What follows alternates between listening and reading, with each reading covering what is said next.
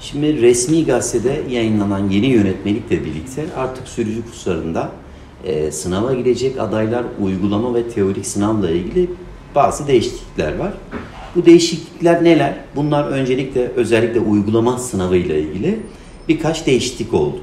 Bunlardan bir tanesi özellikle adaylar paralel park yaparken uygulama sınavında zorlanıyorlardı. Nasıl zorlanıyorlardı? Şöyle, paralel park esnasında sadece tek manevra hakları vardı. Bu yeni yönetmelikle birlikte artık bir ikinci hak olacak. Bu da adaylar için tabii ki avantajlı bir durum. Bir diğer değişiklik ise piste yani sınava eklenen yeni bir uygulama. Ne bu? U dönüşü yapacak adaylar sınav esnasında.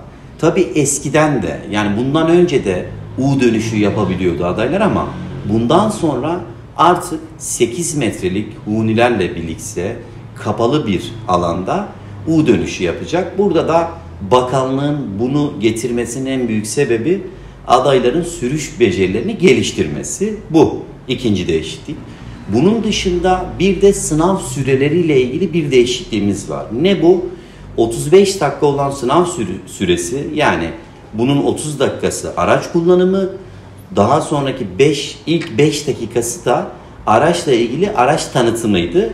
Bu sürede 35 dakikadan 40 dakikaya çıkacak. Genel değişiklikler bunlar. Bununla ilgili sürücüleri rahatlatacak maddeler de var. Sürüş becerilerini geliştirecek maddeler de var. Yani bakanlık burada kesinlikle yapılan değişikliklerle sürücülerin becerilerini geliştirmesi sağlanıyor. Burada ana hedef bu. Sınav olarak gündüz sınavları vardı. Bundan sonraki yeni gazetede, resmi gazetede yayınlandıktan sonra yeni yönetmelikle birlikte artık gece sınavları da eklenecek sınavlara.